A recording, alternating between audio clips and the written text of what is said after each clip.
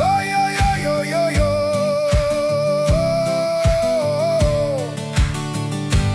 Sawang-sawa na ang mga Pilipino dahil sa mga ganid na namumuno, na nagdudulot ng labis na hinagpis sa gutom at kahirapang labis-labis. Papaano naman sila'y nagsasabwatan sa pangungurakot sa kaban ng bayan?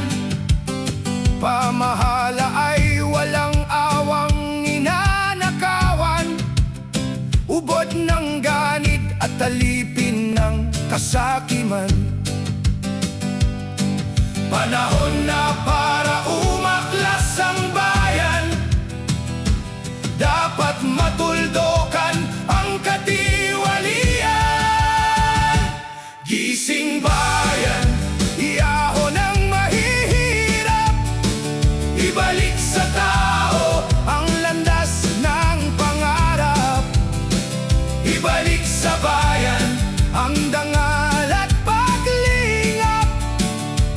Gising bayan, halina tayo'y makiisa, umukit ng bakas at ipinta sa kalsada. Ipaglaban ang panata at hustisya, kapit kamay at malakas na isigaw. Katayin ang mga buwayang halimaw, kapit bisig isumpa ang mga kurakot.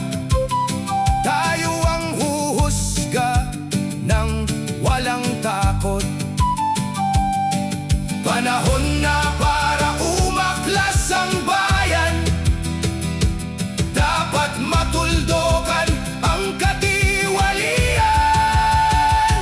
Gising bayan, iahon ang mahihirap, ibalik sa tao ang landas ng pangarap. Ibalik sa bayan ang dangal at paglingap.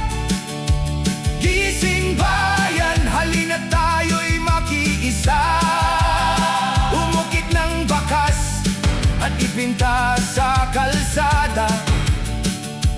Ipaglaban ang panata at hustisya.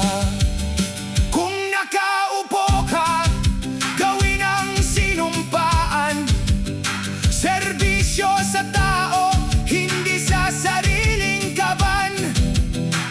Ang atas mo'y hiram na katungkulan, kaya magsilbing tapat sa tao at bayan.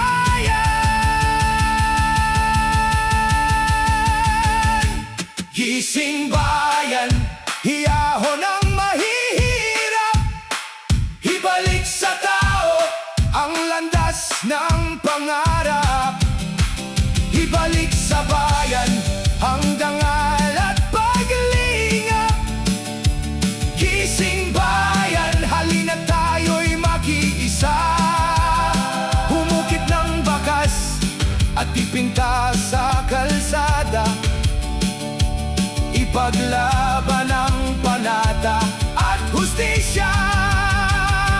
Gising bayan, ipaglaban ang karapatan, huwag padadala sa mga manlilinlang.